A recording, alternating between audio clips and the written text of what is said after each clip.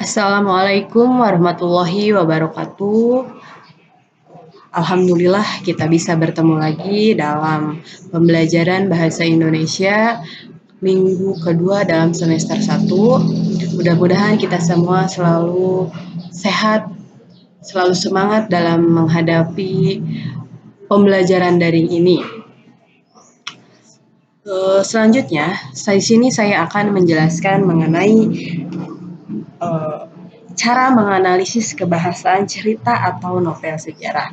Karena minggu kemarin sudah saya bahas mengenai struktur, pengertian, dan bagaimana mengidentifikasi informasi dalam cerita sejarah. Selanjutnya kita masuk ke materi, yaitu menganalisis kebahasaan cerita atau novel sejarah.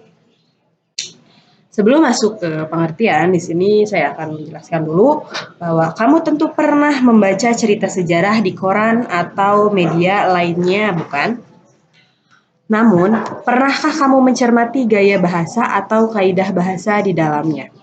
Hal tersebut dapat dijelaskan dengan cara menganalisis kebahasaan cerita sejarah.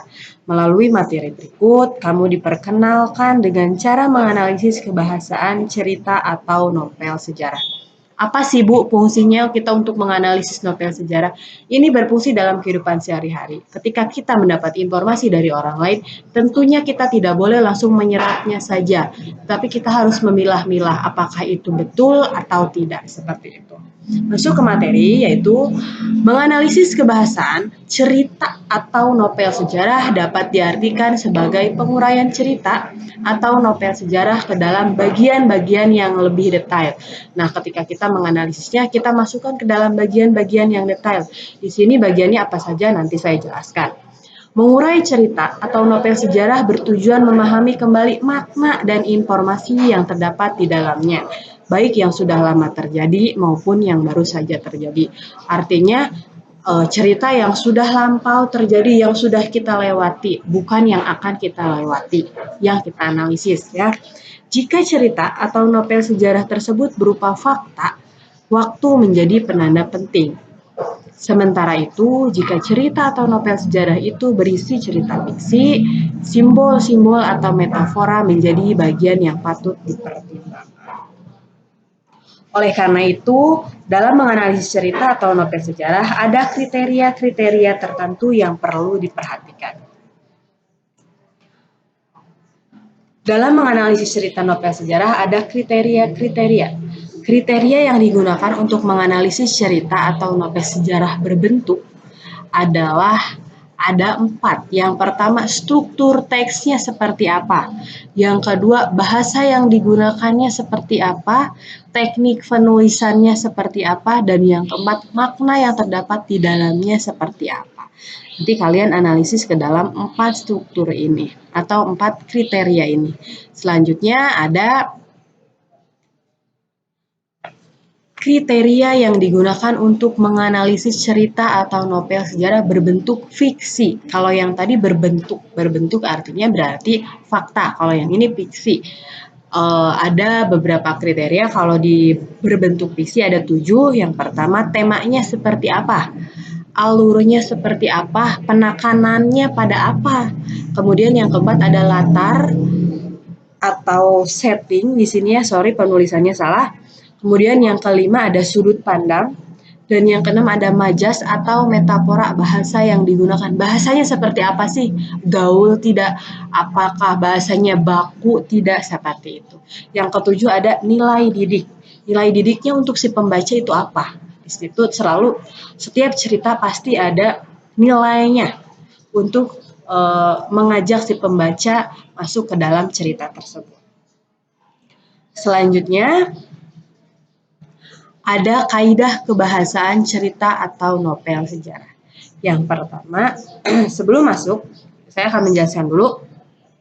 Untuk melengkapi kriteria analisis yang dua macam tadi, bagian penulisan cerita sejarah atau novel sejarah dapat dengan mudah dipahami dengan mencermati kaidah-kaidahnya. Yang pertama yaitu menggunakan kata benda atau kata ganti tertentu. Kata benda atau kata ganti yang dimaksud misalnya menyebutkan nama kota tertentu, tempat tertentu, objek tertentu, atau merujuk pada bagian ganti tertentu. Contoh yang pertama yaitu ada Kepulauan Nusantara. Bahasanya bahasa Melayu, pohonnya pohon apel. Kemudian ada anak laki-laki. Di sini dijelaskan ya kata benda atau kata ganti tertentu. Tempatnya di sini ada Kepulauan Nusantara, bahasanya bahasa apa yaitu menggunakan bahasa Melayu. Nah, jadi harus jelas. Kemudian yang kedua yaitu menggunakan tokoh sentra. Penggunaan tokoh sentral di sini yaitu menerangkan pelaku utama atau tokoh yang menjadi sentral atau pusat dalam cerita. Artinya apa? Masuk ke contoh yang pertama itu dalam cerita Siti Nurbaya. Tokoh sentralnya adalah Siti Nurbaya karena tokoh tersebut diceritakan dari awal sampai akhir cerita dan menjadi pusat cerita. Masuk contoh lainnya yaitu tentang bawang merah, bawang putih. Berarti tokoh sentralnya yaitu si bawang merah dan bawang putih karena dari awal cerita sampai akhir cerita dua orang itulah yang selalu diceritakan. Seperti itu. Masuk ke kaidah yang ketiga yaitu ada menggunakan kata sifat yang menjelaskan frasa nominal. Maksudnya adalah dalam kalimat tersebut terdapat kata sum kan kata sifat yang menjelaskan gabungan, kata sifat yang menjelaskan kata gabungan atau prasa yang inti di dalamnya berupa kata benda atau nomina. Contohnya seperti apa? Raja adil, gadis cantik, rumah mewah. Yang menjelaskan prasa nominal. Maksudnya kalimat tersebut dapat kata sifat yang menjelaskan gabungan kata yang inti di dalamnya berupa kata benda. Raja adil, gadis cantik, rumah mewah. Maksudnya menjelaskan dari kata benda itu dibubuhi apa. Di sini ada rumah dibubuhi oleh mewah seperti itu. Masuk ke dalam kaidah yang keempat yaitu menggunakan kata hubung atau konjungsi. Konjungsi yang digunakan dapat berupa kata yang menyatakan keterangan waktu. Di sini yaitu pada, ketika, suatu hari, sementara, kemudian setelah itu keterangan tempat, di, ke, dan. Keterangan kemudian ada keterangan tujuan.